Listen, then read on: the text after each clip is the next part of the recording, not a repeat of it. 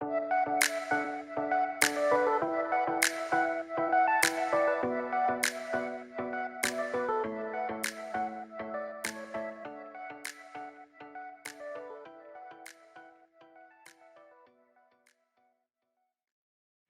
hapon, Filipino Americans of San Antonio, Texas. Welcome back to USAPANG FIL-AM with CHONA.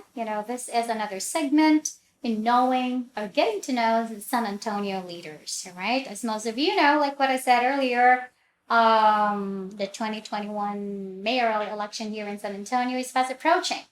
And just be reminded that our early voting is kicking off on April 19th and shall run through the 27th of that month. So, once again, to help our kababayans, decide their best picks, to serve San Antonio, we are doing a series of interview for our mayoral candidates. Now, I think it'll be a lot easier for you guys. It'll be a lot easier for us to make that sound decision, as to who we should support to serve San Antonio. All right. So, of course, it will start at getting to know them a little bit more. Just a little bit more, right? But of course, the first thing we need to know, again, is who is running for mayor. So once again, I'm going to name each and every candidate, all right? We currently have 14 for 2021 mayoral election. We have 14 candidates, so namely Jay Miller, who is a military employee. We have Justin Macaluso, Director of Quality and Manufacturing. We have Gary Allen, a retired teacher. We have Frank Adam Muniz, a lawyer. We have Antonio Tony Diaz, a perennial mayor candidate. And of course, we have Ron Ehrenberg, our incumbent mayor. We have Michael Commander Idrugo, another perennial mayor candidate. We have John Velasquez, a psychologist. We have Dan Martinez, retired. We have Denise Gutierrez-HOMER, interior designer and a former teacher. We have Greg Brockhouse, a former San Antonio councilman. We have Ray Basaldua, who is a small business owner. We have Joshua James, who is a self-employed stone care. And we have Tim Atwood, who is a middle school teacher. So, like I said, we have a few of them that we need to get to know. But I haven't had a chance to reach out to each one of them, although I have a few of them lined up already for interview, but not all. Yeah. So, if our candidates are watching this video right now and you wish for us Filipino Americans to get to know you a little bit more, give us a call at 210-888-1554 or email us at usapangfilam@gmail.com. All right, so today I am currently sitting here with one of our 14 mayoral candidates in San Antonio, the beautiful Miss Denise Gutierrez-HOMER. Good morning. Good morning. Thank you so much for having me here today. How are you today? Well, it's another day, and it's actually just a beautiful day in San Antonio, but I'm very excited to be here to introduce myself to a lot of your followers. All right, thank you so much for taking the time to it's my pleasure. Thank you. Thank you. So, like what I've mentioned earlier, our purpose of doing this is actually, to give our Filipino American community members, better ideas to why and who they should vote for as mayor of San Antonio. So, we'll be asking you a few questions, I'm excited. Yeah, thank you. All right. So before I will throw you questions from our community members, I would like to give you guys an idea about who she is, what she does now, and if there's anything she would like to add more into what I'm going to be reading her a short bio of hers. And if there's anything she wants to add on that, you'll know that later on. Okay, so Miss Denise Gutierrez-HOMER. She grew up in a diverse cultural environment along South Texas and is a proud Texan by birth. All right. She enrolled at the University of Texas in San Antonio in 1983, graduated in 1987 with a degree in political science with a minor in fine arts. The arts were always her passion, even after a short stint as congressional intern, television broadcasting arts department, and a few years in elementary education. She turned her focus to interior design and decorative arts, traveling and working for custom builders, creating custom folks finishes, plasters, including historical restoration and commissions. Commissions included original pieces for the opening of the Colonel Sanders Corps Museum at Texas A&M, historical restoration of two religious statues for the Immaculate Conception's Cathedral in Brownsville, Texas, several San Antonio Parade of home tours, San Antonio Mini Art Museum, contributing artist, Do I Remember the Alamo? Also, San Antonio Credit Union Downtown Show 2017-2018. The Millworks explores the Hispanic Society in New York City 2016. And then we have the Mujer, did I pronounce it right? Yes, you did. Mujer show at the Galleria EVA San Antonio. Trains, Clean Air and Automobiles, July to August of 2018. Impact Guild San Antonio. Contributing art for the 2016 Austin Healey Conclave and Magazine. And she's also a member of the Portrait Society of America. All Things Project, art show in collaboration with Houseman Millworks, NYC, June 1 to 22, 2019. And 2 feature covers of San Antonio La Prensa. Very impressive. Thank you. That's a very, very, very impressive bio. And I notice, you focus more on fine arts. Well, right now I am focusing on fine arts again. I did have a career of 25 years as a subcontractor working here in San Antonio and throughout Texas, working with a lot of builders. So I do have that experience, but decided to come back to San Antonio and start working with my clients here. But went back into the fine arts because I realized that sometimes you just have to go back and just have a studio, start doing and creating art again, something that you really enjoy. Some people have hobbies. I consider that a hobby now. Mm-hmm. I'm fortunate enough to be able to exhibit in some places and get commissions. But one of the things I love about San Antonio, you have a lot of opportunities to go out and paint around San Antonio and create some artworks reflecting our history, our missions, our riverwalk, our people. And a lot of those works are actually a part of my commissions.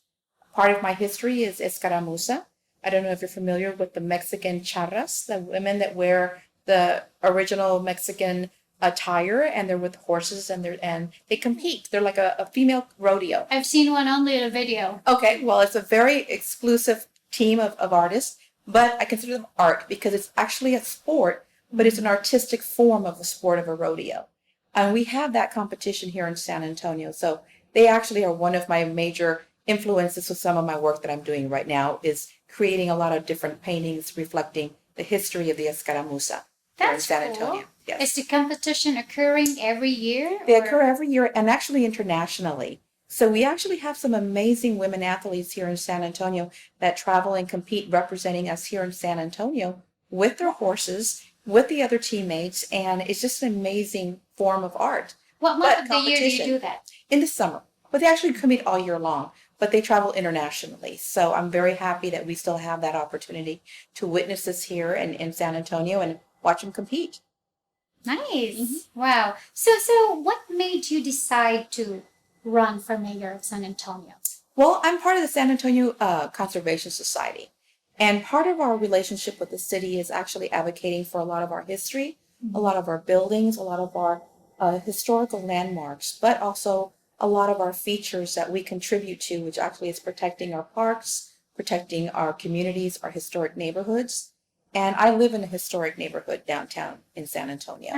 Oh. So one of the things that we're dealing with in my neighborhood, because of the growth and rebirth of downtown regarding the Pearl, is the fact that our neighborhoods are actually being impacted, not just positively with new people moving in, but the fact that we're actually being gentrified. Gentrification is really huge in the downtown areas of the east side and the west side of San Antonio with our older neighborhoods. With that comes changes with zoning comes changes with our plans of our neighborhood regarding keeping our history, our homes, and the aesthetics that we actually brought our attention to move to those neighborhoods because we like the bungalows, we like the arts and craft architecture of these homes. But now they're actually designing new homes in our neighborhoods that no longer reflect the quaintness of a historic neighborhood. King William, for example, is known for its rock features with their homes or carved interiors, and just the aesthetics of a neighborhood can change if you start building cookie cutter cereal box homes that don't fit in those neighborhoods. But because of the growth and because of the fact that we have a lot of people wanting to move downtown, that impacts our neighborhood in a negative way because our taxes go up. And taxes are going up everywhere in San Antonio. Yep, that's true. But in our neighborhoods, they're actually more obvious that our land is worth more than our homes because developers want our land to develop on.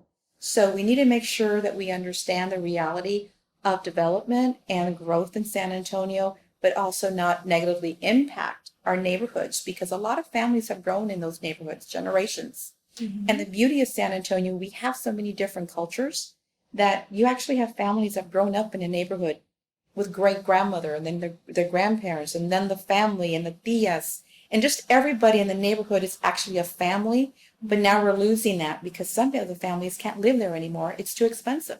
And do you think that concern is handled by the current administration accordingly? Sadly, no.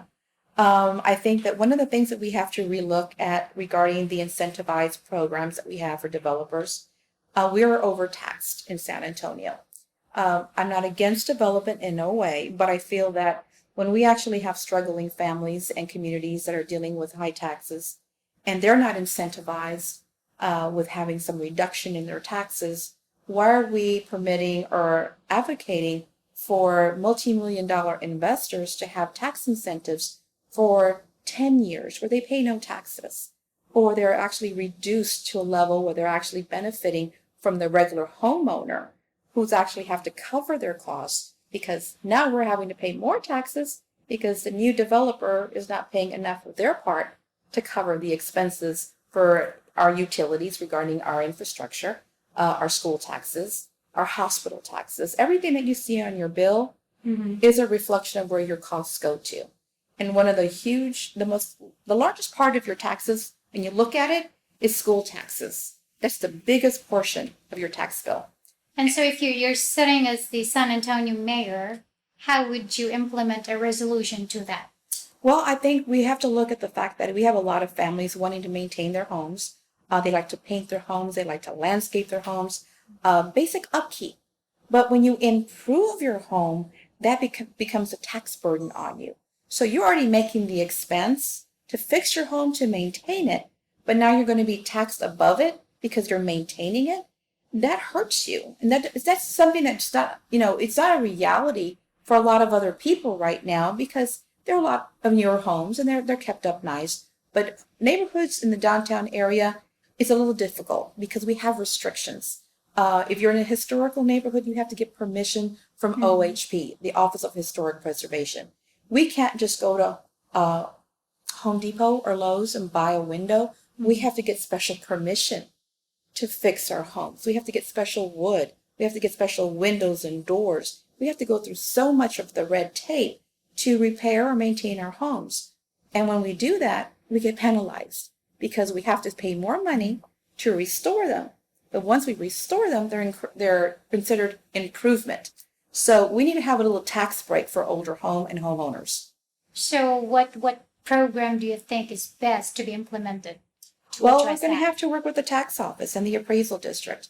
I know that one thing for sure that we don't have that relationship with our appraisal district. So we can come to a realization that we need to make sure that we can keep affordable housing. That means not just a regular home, but even an apartment building, because in an apartment building, you have a landlord. And if their taxes go up, so does your rent, which makes it unaffordable. So we have to understand that our market and our economy right now is struggling, and we need to make sure that we can keep families in homes, working families in shelters in respect to whether a home or an apartment, but something that they actually know that they're going to be able to come home after work and be able to have a safe environment. And how would you plan to have the residents, be involved in the decision-making process in each district? Well, I really feel that we've actually had a lack of communication with our different districts. As a mayor, I would actually be the team leader for everybody else regarding our San Antonio districts. I feel it's very important for every elected council person to be able to have an open forum with their district constituents. We need to know what their problems are. We need to know their issues. Every city district has different issues because of their location. The south side has different issues considering what's happening on the north side, the west and the east. But the reality is, if you don't have a city council person sitting in that office and have an open door policy, or at least an available person sitting in that office that's going to be communicating with the neighborhoods, we're never going to get those questions and we're not going to get the answers. Yep, so how do you make sure that the residents are fully aware of what is going on, what is the city council doing, and all that? How would you implement that? Well, during COVID-19, I realized that one thing for sure that we need to address in San Antonio is the lack of internet connectivity. We use our phones, we use internet, and unfortunately during COVID-19, we realized we still have a lack of available communications regarding our seniors. Just to say, the seniors. Our schools right now are providing a lot of help to our students to get online and to be able to access their education through their different school districts by offering them hotspots or iPads or computers to come home and do their education from home. But we have a failure right now with our city not having enough internet connectivity. So what would you do to address Well, that? we actually need to work with our state. Our state right now is actually implementing some ideas and programs where they're going to be able to help communities. We need to be at that table with the state. We need to know and find out what they're going to offer to us as a city of this size of San Antonio. We don't want to lose out. If there's monies coming to our city, we need to be there and ask, how much are we getting? And what else do we need to provide for those funds to make everything else work? Now, regarding development, one thing we need to address too with anybody coming into San Antonio is that if they're going to be building a brand new structure, a brand new community, let's make sure we have everything wired and ready for those homes or those apartments to get online. Why build a brand new complex if you can't connect to the internet? Because you don't have the correct connections. I live downtown. I have to walk around like a character in a Star Trek sitcom like this looking for internet because I don't have enough tower service. So why do we make it difficult for people to get online, communicate with the city? Because now you do everything through the internet. You want to contact the city for departments and get some sort of permit? You use your internet. You need to download a permit? You need internet. You need to print it out. You need to do everything that way. And if we are actually hurting our individuals because we can't get them internet service, we're doing a disservice to our constituents. And you're saying you can make that happen Working by with the state. collaborating or working with the state. Yes. And you're confident that they're going to have. Yes, I'm following what's happening in Austin because they know right now because of what happened with COVID-19, we've had people who've actually have died. I don't know if you're aware of this, but we actually have a failure to make sure that our seniors have been able to get on the computer, use their phone, and have telemed. Many doctors haven't been able to talk to their patients. They've been locked up. They've been at home confined because of the fear of COVID-19. So if you're at home and you're still using an old-fashioned dial-up phone, how are you supposed to be able to have communication with your doctor for telemed? So we've actually had clients that have told us that they've had members of their family adversely affected during this COVID-19 because they haven't been able to get treatment. They have failed to get the proper diagnosis. They've actually gone into more failures regarding their treatment because a lot of them are cancer patients. A lot of them need to be able to go to regular checkups, and they have to do it through the portals.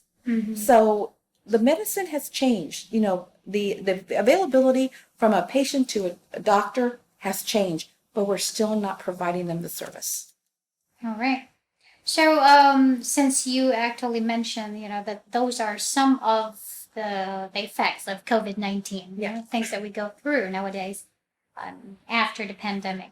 Now, of course, with the pandemic, we also are experiencing high rates of unemployment. Yes. So, how would you address that? Well, we know that a lot of individuals right now are dealing with expectations that they're going to be able to survive or maintain their lifestyle because they're expecting a stimulus check. Well, stimulus checks are going to stop. They're not going to always continue. They can't continue. So we have to understand that we're going to have to make sure that people have the available jobs for them to go back to. Unfortunately, right now, I just read this morning, we actually have a lack of employees coming and filling in those jobs. They don't want to go back to work right now. Either maybe they're still scared of COVID-19, or maybe they don't have to go to work because they are relying on their stimulus checks or their benefits. But we still need to get back to work. If you expect your business to be there today or tomorrow, you have to have employees. So I know we have a lot of chambers around San Antonio. We have them in the north side, south side, west side, Hispanic chambers. We have building chambers. We have all types of chambers in here. If I'm fortunate enough to be elected to mayor, I want to have a direct meeting, not with the president of the chambers. I want to have a roundtable with some of those individuals that are in need of employees, that are members. Owners. The business owners. They're the ones asking for help. I mean, you can have the president, but they're doing all the campaigning. I need to know what those chamber members need. What are they lacking?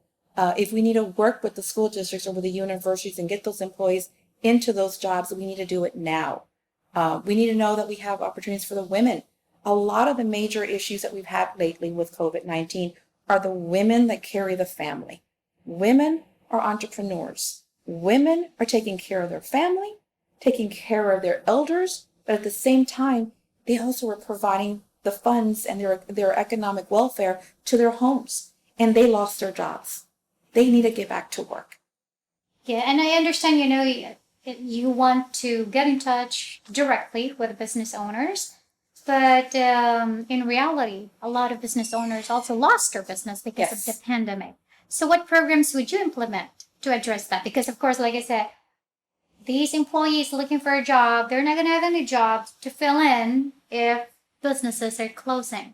Well, what projects would you implement to help? Well, this is where the district comes in play. Who else but your district representative knows what you have in your district? Those small mom and pop shops. That district office should have a relationship with those small businesses. So when we're back into working again in the city level, we need to make sure that those district offices call up those businesses. Why didn't they get their PPP loan? Were they still applying for a PPP loan? Because we actually have, it's still open right now. We know that a lot of them didn't have the resources to fill out the forms. We should have had more district employees getting those forms filled out and get those applications processed to make sure that those funds were available. How are you going to do that? That's our district. We're going to get our district moving. As soon as we start, we're going to make calls and we're going to find out, we're going to put an overall call. Did you apply for a loan? And if you did you get it? And if you didn't, we're going to put them in different classifications. The ones who received it and the ones that didn't. We need to find out where we had failed the community in that respect. Because I know plenty of people who applied not once, but twice and didn't follow through the process. Something happened in between. What happened? We're responsible because we actually had departments with the city called Lift Fund and other organizations that were processing this. They took our librarians we closed our libraries. And those librarians were there to serve the public. And they didn't complete the job. Why? Those are the questions I want to know. Okay. All right. Thank you. So, let's talk about education. All right. Would there be anything in our educational system that you'd wish to change? If there is, what would that be and why? Well, we have to understand that our school system is actually based on our taxes and it comes from the state. We have to disperse our funds because we have to make sure everything is equal. But the only thing that we do in San Antonio is that we actually provide pre-K for SA. And pre-K for SA, for me personally, I feel that this year we've realized that, one, a lot of the students didn't go back to school. The families felt concerned about their safety. Teachers were placed in other positions to compensate for the fact they were still getting paid, though the campuses were closed, or actually just not in full capacity, because under the pandemic, you're only down to 20% or 25% of the students. And remember, you only have 2,000 students that actually fill the entire program of pre-K for SA. We have 2,000 students? 2,000. Are you talking about San Antonio or the whole Bexar County? All of San Antonio. It's pre-K for SA. It's a lottery system for 2,000 students. For a city that actually is almost close to 1.8 million people and only 2,000 students, that's why I refer to it as a lottery. I mean, that's not equitable for a city of this size and for the money we're investing in these programs. So we need to find out, how did the children do? Was it serviceable? Because we're already paying for pre-K in our taxes. Every school district has a pre-K program. So 2,000, you think that is too low? Number? For that number it is. But why are we paying? It's a duplication. Why are we paying for pre-K for SA if you're already paying for it in your school district? Why?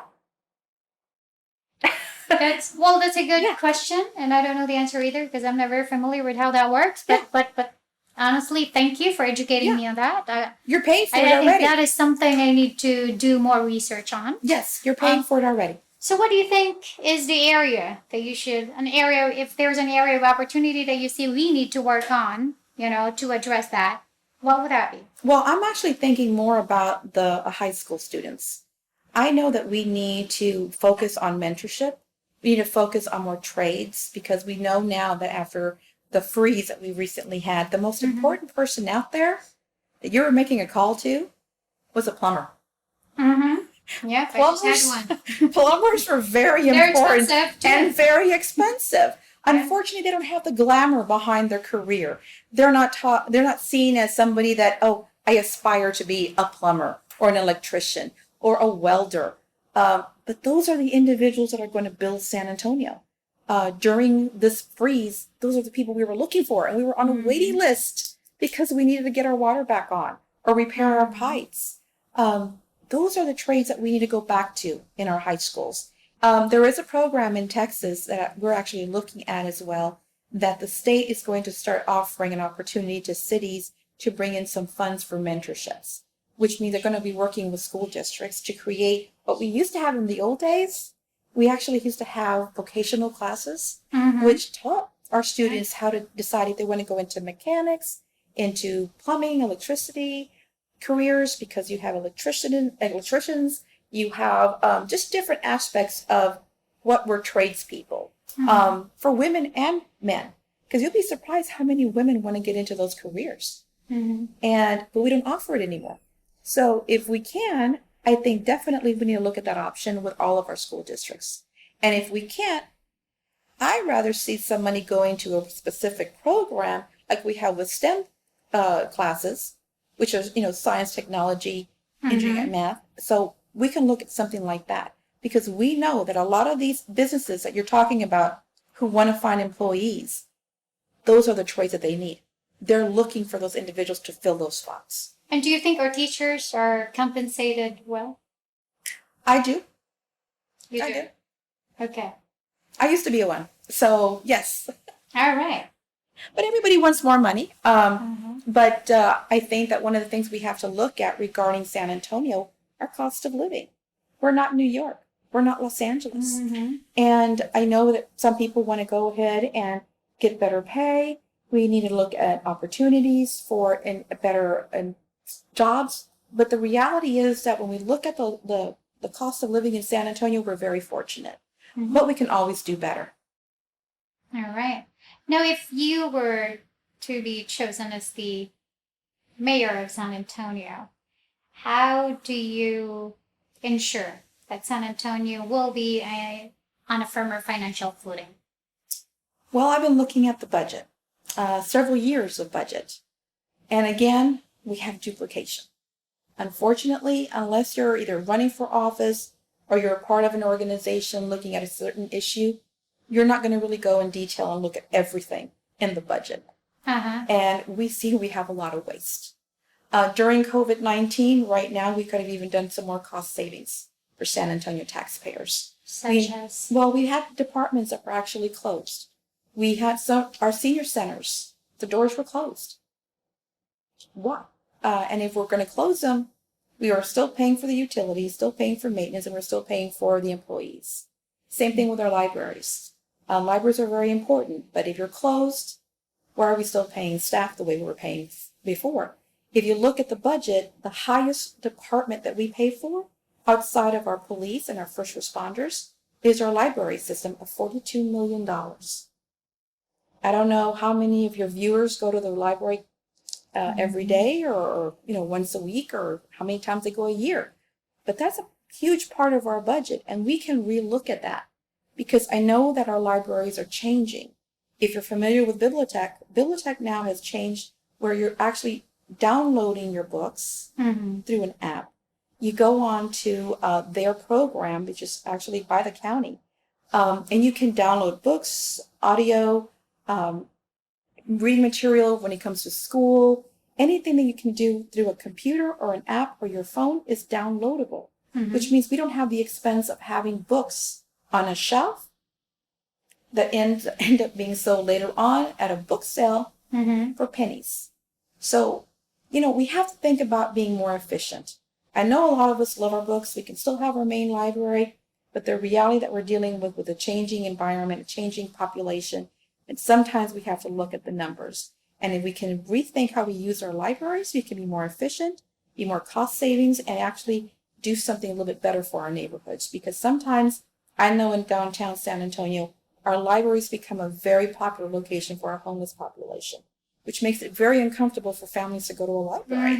So you're walking to the front door and you're dealing with somebody that's laying on the front portion of the building or using the bathroom. It makes it very uncomfortable for parents to go in there with a child. So we have to just look at everything. San Antonio's perhaps changing. Also those homeless, homeless people, maybe we can do something to address that as well. Yeah. And how would you address that? Well, again, San Antonio owns a lot of property around San Antonio. We own a lot of real estate. So we need to look at maybe providing some location, not in the middle of town, not in the middle of your neighborhood, but somewhere where we can actually create an area for them to either have like tiny homes, some buildings, or we can actually facilitate their temporary housing. They're not going to be living there forever. They can't be living there forever. No human being should be living in a little tiny house for the rest of their life. They need to find a job, they need to get training, and if we can provide them while they're there, then we can move them along into their own home, into their own apartment, and become more of a productive citizen in San Antonio. All right. So what do you consider is most important to San Antonio right now? Well, right now we have to get back and find out why the city has closed. We have become a very sad city in the respect that we are a hospitality city. We are a tourist city. And we continue to create this atmosphere that we don't want to open up. We don't want to live again. That we're not welcoming tourists back to San Antonio. We're still shut down. The state opened us up. It's 100% your choice to wear a mask or not. But when you still have that environment that you're not welcoming people, then why would anybody want to come to San Antonio? Let alone want to come and move here permanently or work or visit. So we need to get back to what we used to be. We have to live again. Get people back to work. Get people back to school. Get people back to being a part of their neighborhoods again. We're sad right now. Well, behind the closure is actually, of course, because of the pandemic, right? But our numbers are down. It's to prevent the spread of COVID-19. But our numbers are down. Our numbers can continue to decrease. So when do we open up? So you think that the current administration is not doing the right thing? They're not doing what Dallas is doing. To have San Antonio back on its feet. No, they're not. And they're not doing what other cities are doing. We've lost a lot of businesses to Houston. Houston is still thriving. Houston is still open. So if you were Mayor Ron Ehrenberg right now, what could you have done? I wouldn't be listening to our judge. And what implementations would you do? I'd be following what the state said. We need to be opened up. It's 100% right now. We need to open up our restaurants. I'm not telling you have to go to that restaurant. I'm telling you, you as a business person, you can open up because you're still paying your taxes. You're still paying your utilities. You're still having to pay to maintain your business. But if you're not open up, what are you supposed to do? Because a lot of these business owners not only are responsible for their financial history with their own business, but that business provides their funds and their money to pay their own home mortgage, their insurance for their family, their expenses for their family. So what are we doing to those families? All right. Now, let our Filipino American community members hear very clearly what is Denise Gutierrez-Homer's agenda. Get back to work. Get back to work safely. Get back to work in your neighborhoods because we need to support those small businesses in San Antonio. But now that we've actually dealt with something that I wasn't even thinking about when I was running for mayor, but last month we dealt with something that was so detrimental to our city, was the fact that our city was not prepared with an emergency plan when we had the freeze. We had too many people that literally sat there in the dark with no water for days, including myself. Why didn't San Antonio, the seventh largest city in the nation, have no emergency plan? Nobody else is to blame but our elected officials. We need to find out what was done, what wasn't done, and let's create our plan. We need to do that and do it right now. So you already have a plan in line? Yes. Okay.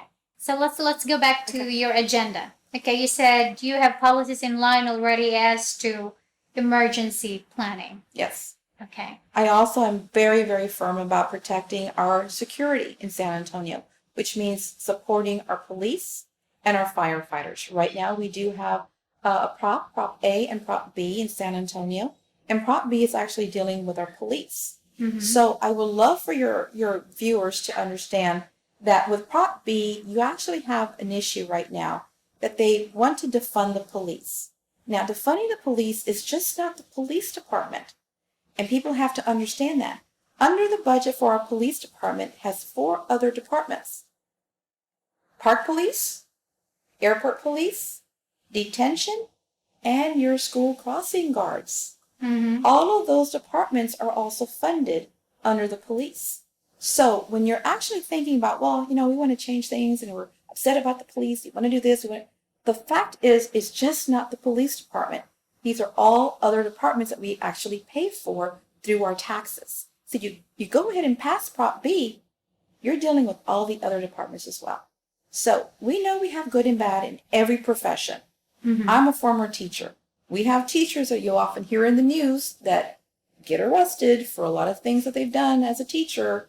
So no industry is immune to someone or some situation that's going to cause people to be so upset that they want them fired, they want to have changes. That applies everywhere. But the fact remains that right now, San Antonio wants to get healthy financially. You have to think about this. If you don't have a safe city, who wants to move to an unsafe city? Exactly. Who wants to build a business in an unsafe city? Who wants to bring employees to an unsafe city?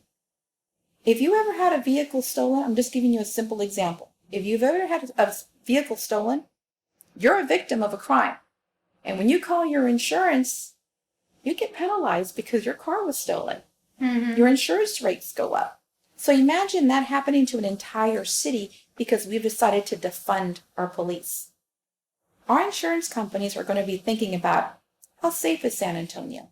Are we going to insure the people? Are we going to insure their homes, their business, even your health insurance? Because now you are unsafe in your own city. You might be mugged, you might be raped, you might get attacked in some way, and you might die. So your insurance policies will all be affected because the crime in our city will go up and be considered an unsafe environment to live in. So these are all things that I, as a business person, am well aware of, that unfortunately it's not being shared with you or your viewers. All right. Now, how confident are you about winning this election? Very confident. It's time. As a woman, a businesswoman, a former teacher, someone that lives in the interior of San Antonio, I don't live in a gated community. I live downtown San Antonio in an old neighborhood. I need my police. I need to figure out what's wrong with our taxes. Why is it that I live in a neighborhood with the highest percentage of taxes being taxed to my neighborhood, which is San Antonio ISD? Everybody talks about Alamo Heights. Well, guess what? The most expensive school district to live in is San Antonio ISD. Really? Yes. So having a person like myself that is, you're a woman, we're leaders, we take care of our families, we take care of our community, we wear lots of different hats. Well, guess what? It's time for a change in San Antonio. And I'm hearing it from so many other women that are saying, I know we can do it. And having a woman in this position, I know we're going to get a lot more answers that we've never received. All right. Well, you already mentioned which part of town you live by. What are your favorite places to go to in San Antonio? Well, like I said before, I love history. So one thing about the beauty of San Antonio, we have a rich history with our missions. I don't even know how many people that live here even bother going and visiting every single mission in San Antonio. I've only been to about 4 or 5. Okay, well then you've visited quite a few of them. But along the way, you see the difference in the neighborhoods where these missions were created. Hot Wells is another location that we just finished having the county fix up. It's in the middle of the south side. Where is that? That's on the south side of San Antonio, not too far from Mission Road, the old Mission Drive-In that's been restored. So it's not too far from there. But we have some amazing communities here. But I love going to our parks. I love going to old historic. Yeah, I love historical locations because I don't know if they're going to be here for too long. I love historical places. Yes, and that's the beauty of San Antonio because we're very rich. Yes, we are. So that's what I like to do. All right. So now this is your last question. Where do you stand on carrying handguns? I'm for your Second Amendment. I will definitely be, I'm a constitutionalist when it comes to your First and Second Amendment rights in San Antonio, in the state of Texas. The beauty of what's happening here in Texas, we actually have a House bill happening in Austin right now that will protect your rights. Unfortunately, we do have different political views in different parts of Texas and including San Antonio that depending on how our judge looks at it, even though the federal government might want to say we're going to take away your Second Amendment rights, what our city is going to be able to do is follow what our state does. The state is creating a House bill where it's going to become a sanctuary state, which means they're not going to be able to take away your guns in Texas. So if you want to have a gun and you meet all the qualifications and you pass all the tests, background checks, and you're able to have a gun, you have every right as a woman or as a male to protect your family, your business, and your family. And I support that. Very well said. Well, Denise, thank you once again for taking the time to sit with me today, for our Filipino-American community members, to get to know you a little bit. Thank you very much. I really appreciate it. All right. Now it's your turn to tell them your final word for our voters, especially to our first-time voters in the community. Thank you so much for taking the time to share some little time with us regarding our questions and answers. But one thing for sure, you have a wonderful opportunity to make a real change in San Antonio by voting for your candidate, either for mayor or in your city council district. So please take time. I really appreciate your effort to listen to some of the questions and some of the answers, but there's a lot more that I need to learn from you. So you have an opportunity to still reach out to me if you have any more questions. I do have a website, and they'll be sharing that with you later. But one thing, you have a friend here. You have a teacher, you have a mother, a grandmother, and it's time to make some changes. I look forward to serving all of you. I'm enjoying my efforts to go out and meet everybody else. It's a very short time period before we actually start voting. So if you're registered to vote, please do so, because right now your voice counts and your vote counts. So thank you and have a wonderful day. Thank you, Denise, and thank you once again for your time with USAPAng FIL-AM with CHONA. Thank you. All right, that's it for today, people. Maraming salamat po sa panunood. And once again, this is our mayoral candidate of San Antonio, Denise Gutierrez-Homer. Magandang hapon.